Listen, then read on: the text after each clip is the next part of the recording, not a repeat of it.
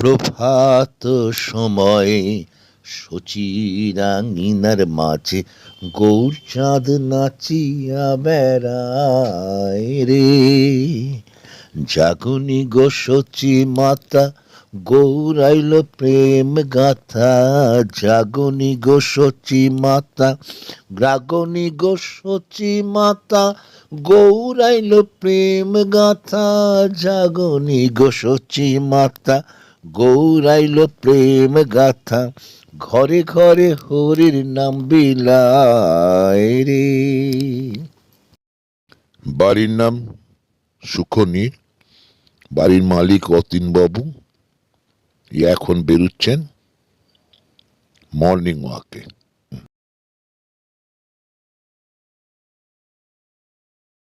Good morning দাদা। আরে বিশ্বনাথ যে, গুড মর্নিং গুড মর্নিং। তা একদিন পরে দেখা দিলে, কি ব্যাপার? অনেক দিন দেখা নেই। কিছু কাজ ছিল, সেটা করে এলাম, আবার দেশে গেলাম, কাল ফিরলাম। চলুন ওখানে বসি। আপনার খবর বলুন, বাপ্পা চলে গেছে নাকি? হ্যাঁ, কাল সকালে গেছে, আমায় ওর সঙ্গে যেতে বল। শোনো বাবা, তোমার আমার সাথে চলে যাওয়াই উচিত। মা নেই, তোমার অসুবিধে হবে। আবার মুনাদা বাড়ি বিক্রির জন্যে চাপ দিচ্ছে, পরে তোমার সাথে কথা বল। বাড়ি আমি ছাড়তে পারবো না। এই বাড়িতে আমি তোর মায়ের অস্তিত্ব অনুভব করি। ঠিক আছে বাবা, তাই হবে। তবে নারকেল গাছটা তাড়াতাড়ি অবশ্যই কাটিয়ে দিও, নাহলে পরে কোনো অ্যাক্সিডেন্ট হতে পারে। হ্যাঁ, ফিরে গেছে, আমাকে ওর সাথে যেতে বলছিল। সে তো বলবেই, ওর চিন্তা হয়তো।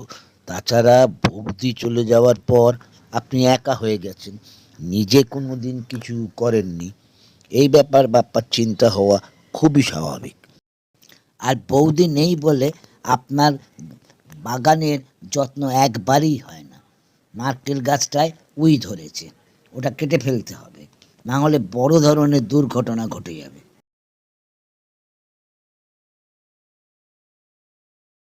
মালতী সকালে চা করে দিয়ে গেল, এখন আবার খেতে ইচ্ছে করছে। দেখি পারি কিনা। কেউ আছে কি ঘরে?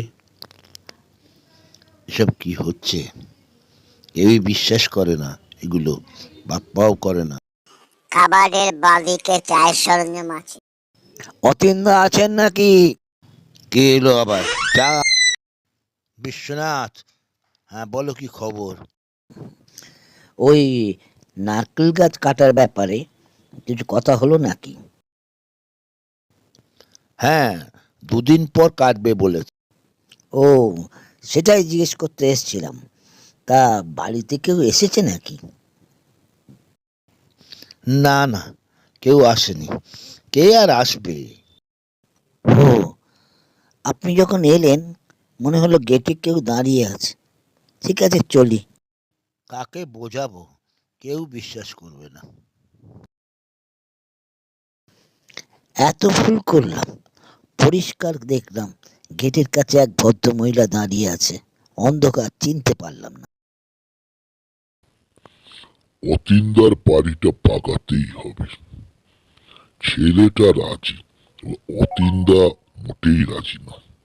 দেখা যাক, কথা বলে যেভাবেই হোক চাই বাড়ি। মোনা, বলো কি খবর? কি সমস্যা তোমার? সমস্যা কিছু নেই, একা থাকেন, অনেক কিছু বিপদ হতে পারে। যদি বাড়িটা বিক্রি করে বাবলার কাছে চলে যান, অনেক দাম পাবেন। দামের কথা পরে হবে, আগে তো দেখতে হবে আমি বাড়ি বিক্রিতে আদৌ ইচ্ছুক কিনা। অবশ্যই অবশ্যই। তবে একা থাকেন, কত কি সমস্যা হতে পারে।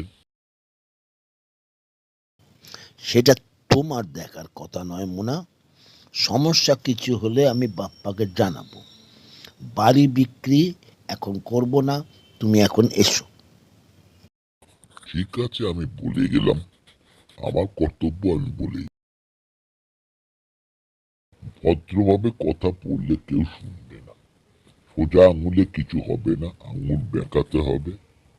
সেইটাই গিয়ে আর একবার বলি, দেখি কি হয়।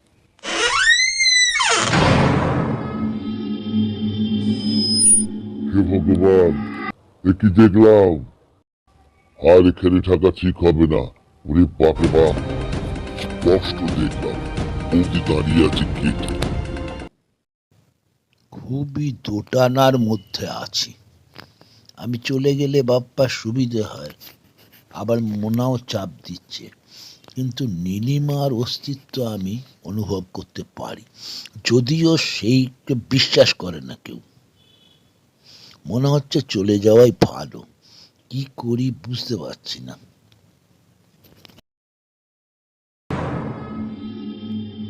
ঘরে এসো। আবার, কিন্তু কাকে বিশ্বাস করাবো? ঘরে এসো। কি হচ্ছে এসব? ঘরে এসো। স্পষ্ট নীলিমার গলা। যাই, ভেতরে যাই। কি হয়েছে? কেন এমন করছো?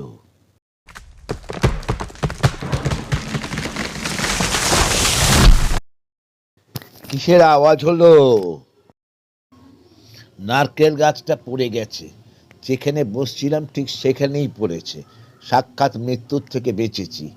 নীলিমা, আমি বলছি আজ রাত 9টায় বাপ্পা ফোন করবে। আমি পরিষ্কার জানিয়ে দেবো, আমি এই বাড়ি ছেড়ে যাব না, সে যা হয় হোক। বাপ্পা, সব তো শুনেছিস। আমার একটাই কর্তব্য, কথা। হ্যাঁ, এই বাড়ি ছেড়ে আমি আর যাব না। যতদিন আমি বেঁচে আছি ততদিন এই বাড়িটা থাকতে দিস, তারপর তোরা যা ইচ্ছে করিস। এই বাড়ি ছেড়ে যাওয়া আর আমার পক্ষে সম্ভব নয়। রিমা, এই বাড়ি ছেড়ে আর যেতে হবে না। বাপ্পাও বলেছে আর যেতে হবে না। আর মোনা এই বাড়ি আর কিনতে চায় না, কেন জানি না, কি কারণে। সুন্দর সকাল, একটু ওয়ার্কআউট করে নেওয়া ভালো। দেখা যাক।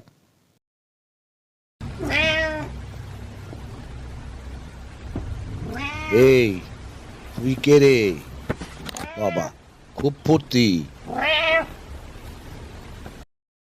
হয়েছে হয়েছে, এবার বস। দাদা, একে রাখলেন নাকি? আরে আমি রাখার কে?